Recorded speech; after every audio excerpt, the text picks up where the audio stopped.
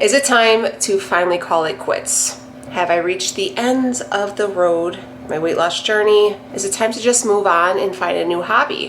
What's next? What is next on this weight loss journey, on this fitness journey, on this wellness journey? I'm gonna answer all those questions in this video. Let's jump into it. Hi friends, welcome back. My name is Daniela. This is Daniela Diaries, and here, baby, we are inspiring to inspire you, me, everyone. Your mommy, auntie, cousin, everyone.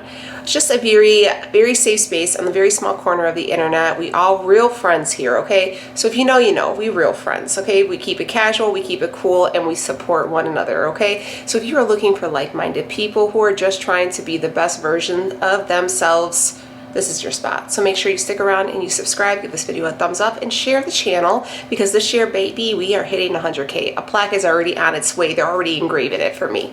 We're manifesting it. So without further ado, let's talk about today's topic, weight loss. I have been on a weight loss journey. I am 40 years old. So I have been on a weight loss journey since I was 8. That's 32 years. So for 32 years, I've been chasing the scale, right? I've been number chasing on the scale. I've been waiting for my body to look the way I always wanted it. I've been waiting for that size pants to fit. I remember thinking if I could shop at 579, my life would be epic. You guys are old enough to remember the store 579, Contempo, Wet Seal, all those stores. I still want to shop all those stores. And back in the day, the biggest they would go up to was maybe like a size 10. It was not even 10. It was like maybe 11, maybe. But a 9 was pretty much like it, right?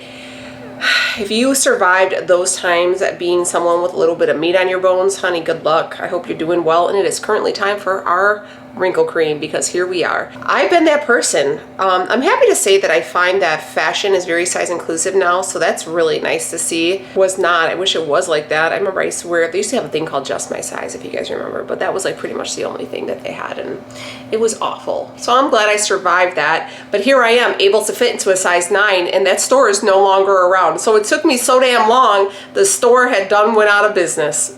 But when I say that is never give up. Yeah, it took me 32 years, but I never gave up. I mean, I slowed down, I took some time off, but I never gave up. And I never gave up, and I restarted this journey. So I'll be honest with you, at 30 years old, I was 290 pounds. It was a big road, right? In my 20s, I had babies. I had 3 babies in my 20s. I got married, fell in love, bought a house, went to college, graduated, started a career, did all those things, had a premature birth, honey, I did it all. And it was rough. It was very rough on me mentally, physically, and I'm gonna be honest with you. Growing up, my mother always was really good about not keeping a lot of junk food in the house, you know, always was very considerate. My weight struggles, and my mom was very thin. So she never, my sister was thin. Me and my dad were only really the ones who battled the bulge. Yeah, so when I moved out, it was just like my mom, I had no one to tell me no. I had to buy all the groceries, I made all the foods, honey, and I ate good. So these things happen. But at 30, I finally, you know, decided, hey, this is it. So here I am now, fast forward 10 years. I went from 290, was it 286, to 165 pounds. 165 pounds. Between like, yeah, about 165 on a good day, average, we'll say average 165. And what do you do now, right? What do you do now when there's no more weight left to lose? Did you hear what I just said to you? There is no more weight left to lose. Not saying I won't do a cut again, because I will do a cut.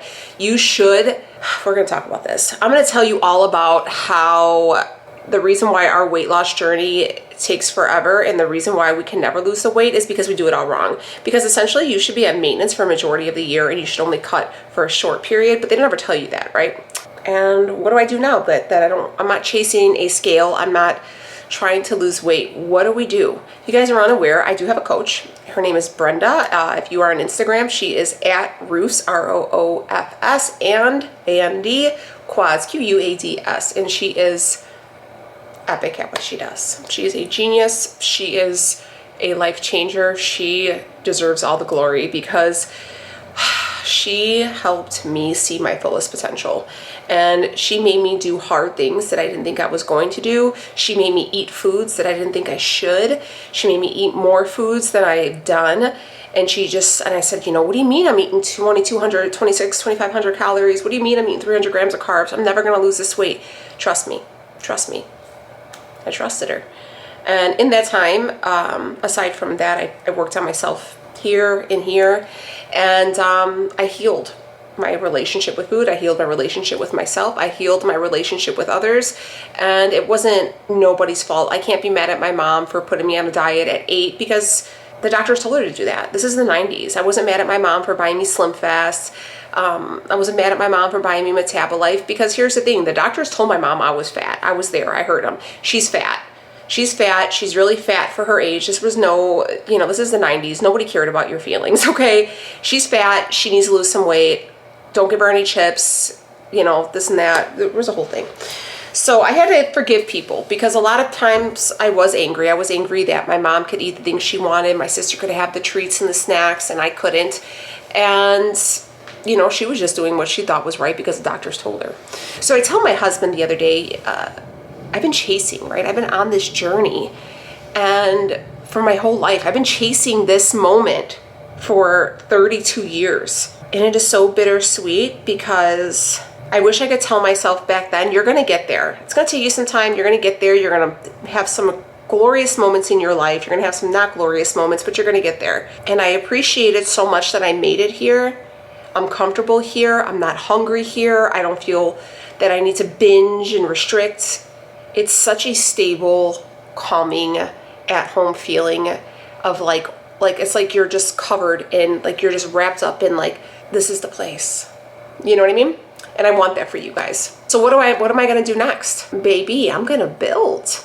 I'm gonna keep building. You don't just, you know, you don't pay off your mortgage and stop taking care of your house. You still take care of your house. We still gotta pay the dues. So what's next? What's next on this weight loss journey? So basically right now we're going into a reverse. I did a cut, and you guys have seen that. I did that at the finish at the end of January. I got down to about 162 pounds, which was good. That's pretty much as low as I kind of want to get. I don't want to get any lower than 160. I think it's sufficient for my size. I am not a short girl. I'm not an extremely tall girl either, and I'm comfortable. This is a good, comfortable weight for me. And we're building. So we are reversing. We are slowly increasing our calories, slowly increasing certain carbs, seeing how my body likes them, and we're still training. And baby, we are training. This is a very hard program I just started.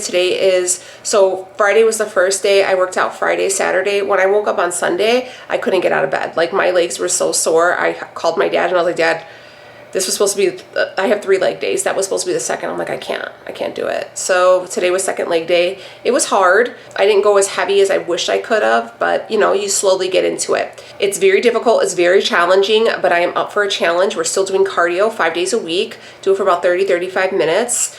I switch on leg days. I do the treadmill, and I walk at like 3.8, 3.6. I don't hold on, and I don't do an incline. A lot of people ask, how come I don't do an incline? You can do an incline. You can do like that 12:30, whatever, 12:3:30.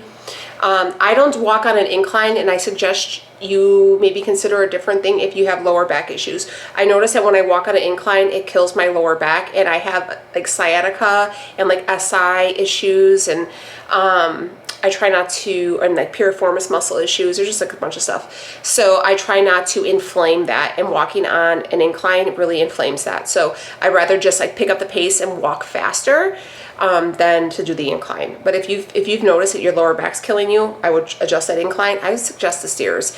If you are noticing that you are doing some cardio, not all cardio is rated the same, and I would kick on them stairs. I also just bought one of those like little miniature stair climbers, you know, like the ones you have at the house. I just bought one of those. I tried it for like 10 minutes, baby. It's like $40 off of Amazon. Get one. I bought it. My daughters work out in the basement, and they asked for one, so I bought it, and I was like, let me give it a try. And I wanted to talk to you guys shortly too. You know, we can always have another video about why we were taught so you cannot be in a deficit forever. And I feel like that's why, and I know that's why a lot of us fail on a weight loss journey. Our body needs to be we need a certain amount of calories to live, certain amount of calories to breathe, poop, pee, you know, all those things just for our bodies to function. And if we're constantly just like in survival mode with consuming things, our body's in survival mode and it's not thriving. So you need to really figure out what you're eating, how much you're eating, and maybe you need to go into a maintenance amount of calories for a couple weeks, see how it is. You'll be surprised at how and heal that metabolism, and then go into a cut. I suggest you do maintenance for 6 to 8 weeks, then try to do a cut for 4. And then, you know, you can do that again, you know, every couple months or something like that. But I would suggest at least 6 to 8, maybe even 12 weeks doing maintenance macros, and then going into a cut and letting your body heal, still making, you know, you still have to work out. You still have to work out. You still have to do the cardio. If you're doing all those things, would really suggest looking into that. Now, my cousin is a nutritionist. She is really, really smart. She can help you out. She's more homeopathic. You could always work with my coach, or, you know, you could, I know Nicole Burgess does, she has like a cutting, what does she call it? Like a cut, and then she has a rebuild program that she does like 6 and 8 weeks. She's really, really smart. Life with Jen, she's also taking clients. She's a really good coach. A lot of people have asked if I am taking any clients. Yes, I am going to start taking clients. I was going to open up my books in March. I do have quite a few girls with me still, and I like to make sure I'm giving everybody enough attention. I'm working on some things with people in my family that's kind of taking a lot of time. I'm doing more like one-on-one with certain members of my family, and I'm making sure that they're progressing because they're important. They trump everybody. So once I kind of get them on a steady schedule, we've been working together, me and for a couple weeks now, and they're doing really, really well. We're seeing really great improvements with movements, with food, with eating, sleeping, their skin, everything is looking really good, but I want to make sure that they are steady on their way before I take on anybody else. So I'm thinking I'll probably do it in April. If you are interested and you're interested in starting in April, you can email me, and yeah, I will get back to you and let you know, put you on the waiting list, and then once the roster's open, I will start emailing everybody back as soon as they get it. So my email's at the bottom. It's hellonheels268@gmail.com. Everything the way it's spelled out is down below, but just make sure you put in the subject training for April, and then I will get back to you, and I'll send you all the information when it's time. But it is a month-to-month basis. It's every 4 weeks. So I'll talk to you more about it if you apply. So yeah, I am going to continue with a reverse. Now, I am still carb cycling. If you guys have not tried carb cycling, I would suggest it.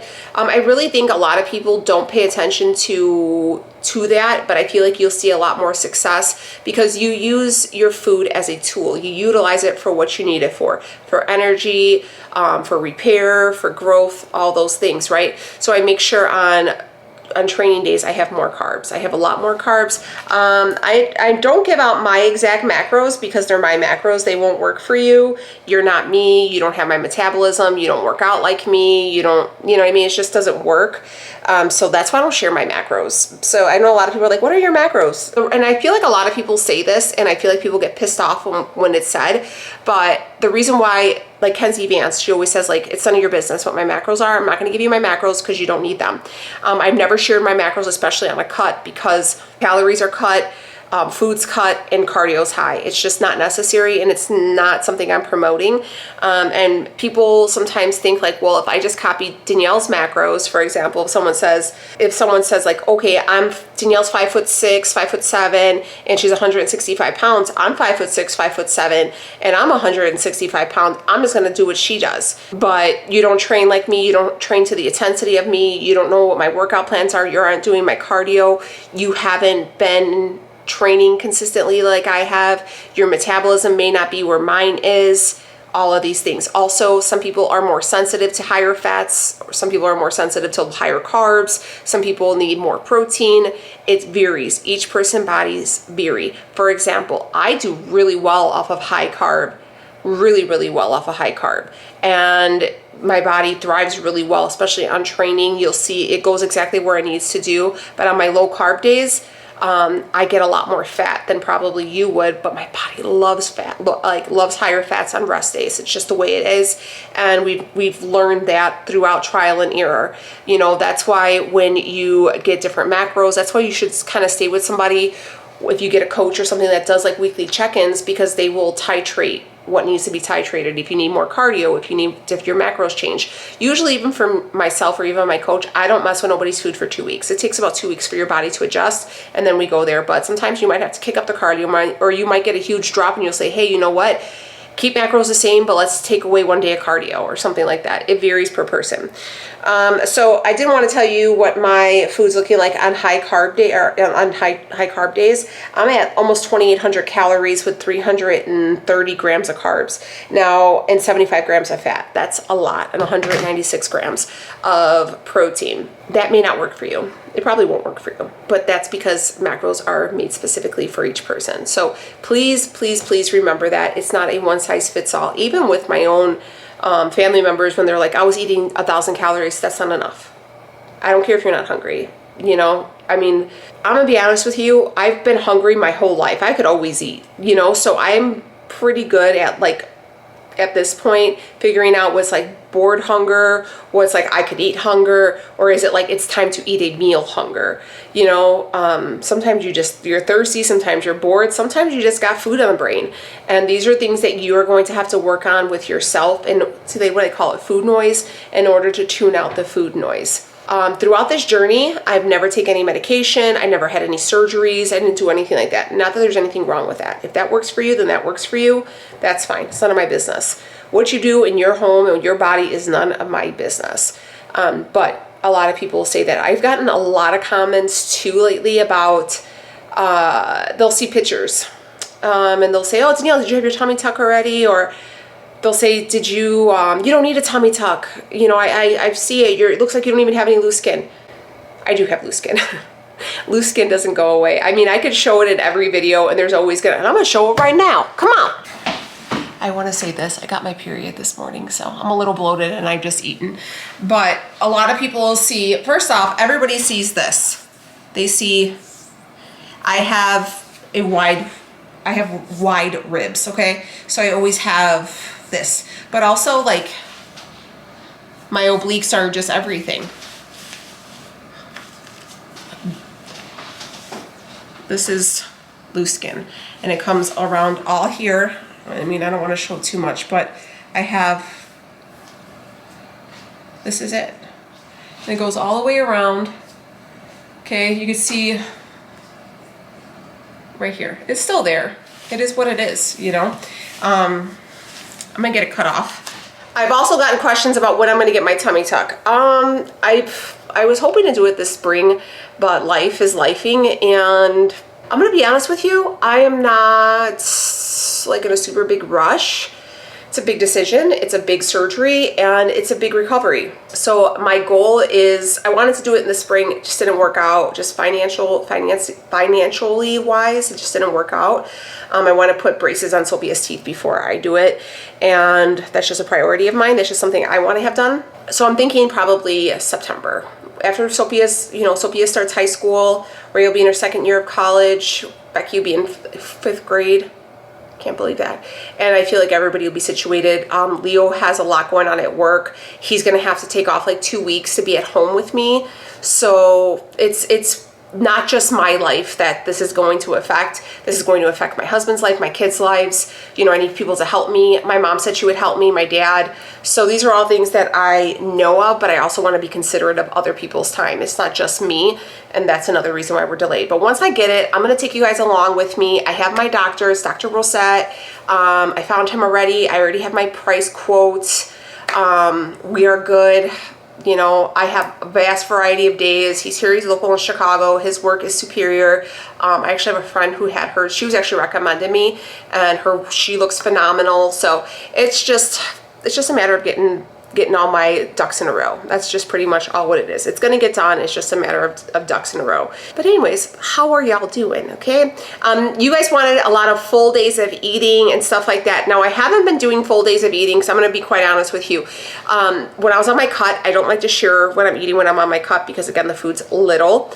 And a lot of things weren't changing after that. Now that we are on this new program, I still get a meal plan, but my varieties I can kind of substitute now. I'm a lot more comfortable with substituting foods, you know, macros, bringing things in. I'm also a lot smarter about what my body likes, how to recognize what my body likes.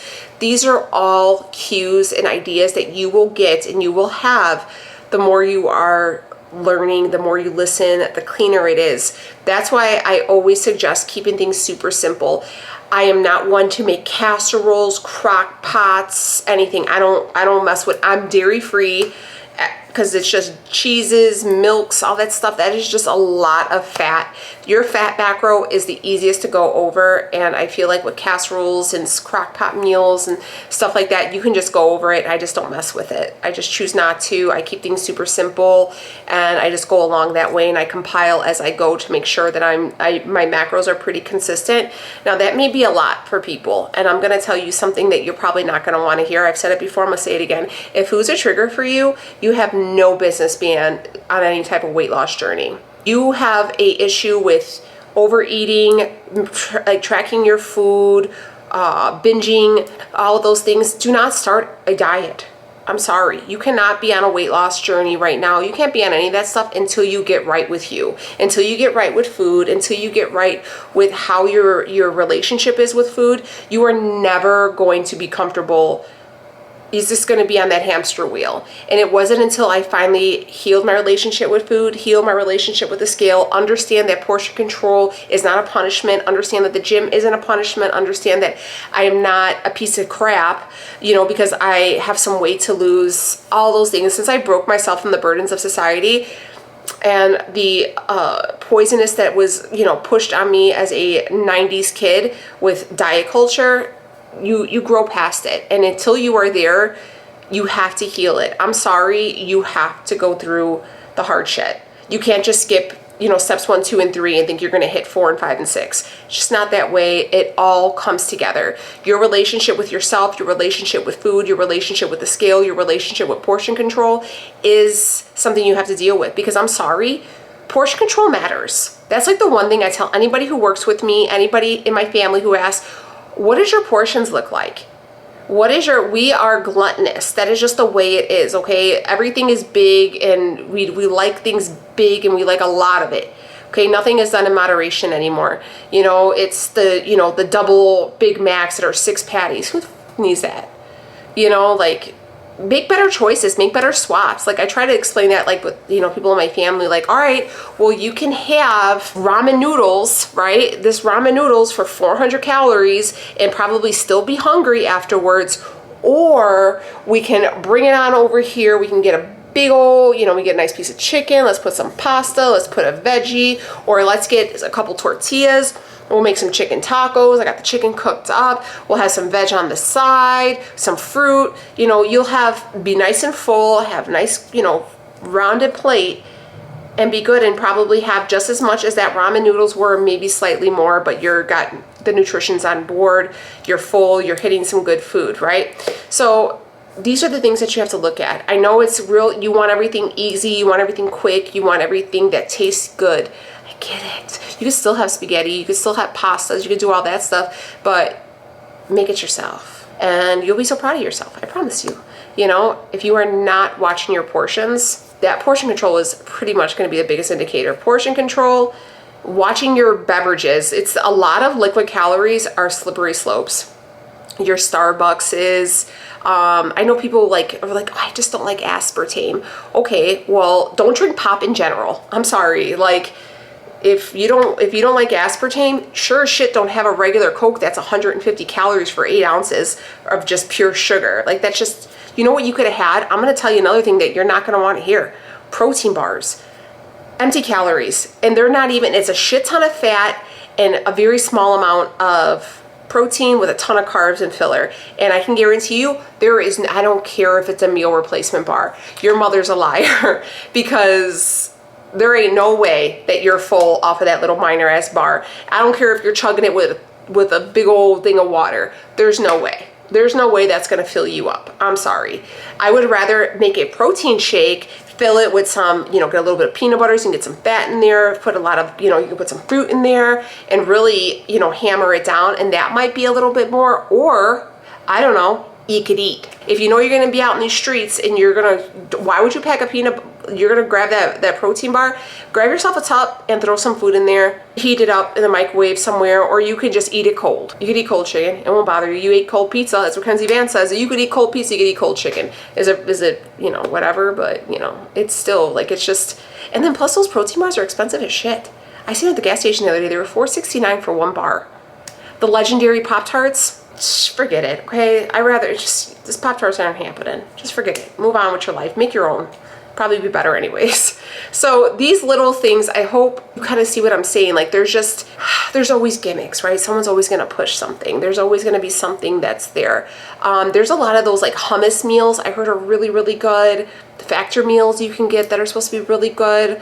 If you're on the go person, meal prepping. If you aren't getting what I'm saying, 90% of this journey to finally get where you want, just that little 10%, maybe 20 is moving. But you gotta get your eating under control. That is what changes the game, is your eating. You can get your movements in, we'll figure it out. Summer's coming, springs, you guys are gonna be gardening, you're gonna be out in the streets. Get your eating under control. Stop making excuses, okay? And stop cutting out carbs. Carbs aren't the, oh God, I mean, if you're keto, you do you, baby, whatever. But, you know, nothing is bad. Food has no morality, okay? Make sure you're eating balanced, nutritious, filling foods. That's what's really going to be the deal maker. And stop, you know, limiting your foods to one meal a day. That, like, I mean, yeah, I guess you could, you know, a lot of people try to tell me to do that. Daniela, you should only eat one meal a day. I fasted for 16 hours and then I had one meal and I lost weight. Okay, I'm going to tell you something. I mean, everybody fasts, right? Because you don't eat while you're sleeping, right? So I technically fast every day because I sleep. There ain't no way that I'm only going to eat one time a day. There ain't no way. There is no way that I'm going to go to the gym on an empty stomach when I'm hip thrusting 500 pounds. There ain't no way that I'm going to try to live my life and keep this muscle and keep this metabolism going off of one meal a day. Small, frequent meals, good calories coming in, nutrient-dense foods, heal the metabolism. A lot of people have severely damaged metabolisms. I really would like for you to take some time on the Google up metabolic damage, how to heal a broken or slow metabolism, and what a reverse diet is and what it looks like, and how to start taking, the steps to start to do one. Because all of those things are going to be the key component to healing your metabolism, getting you in a better headspace, getting you ready to feel strong enough, not to feel so depleted, to get your butt in the gym and to make some changes. This is your life. You only have one chance here. Okay, stop blowing it on get skinny quick gimmicks. You didn't get heavy quick. Let's face it, it took us a long time to get where we were, okay? It wasn't like I had a cupcake one day and the next day I woke up and I was almost 300 pounds.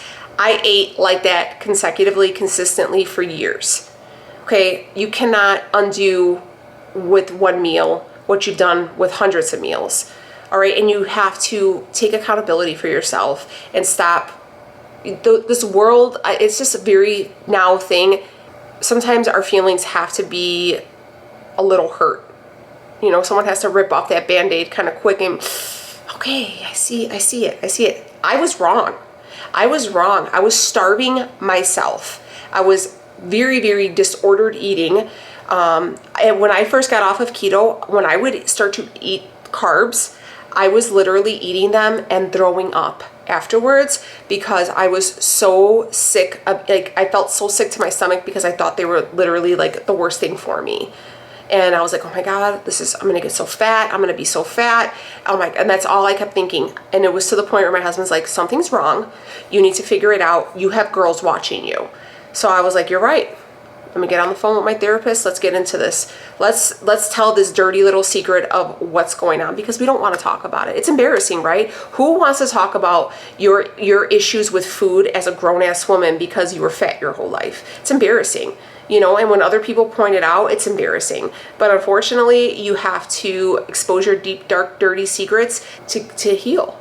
So this is your time. This is your life. Are you worth healing? I think you are. Do you think you are? It's up to you.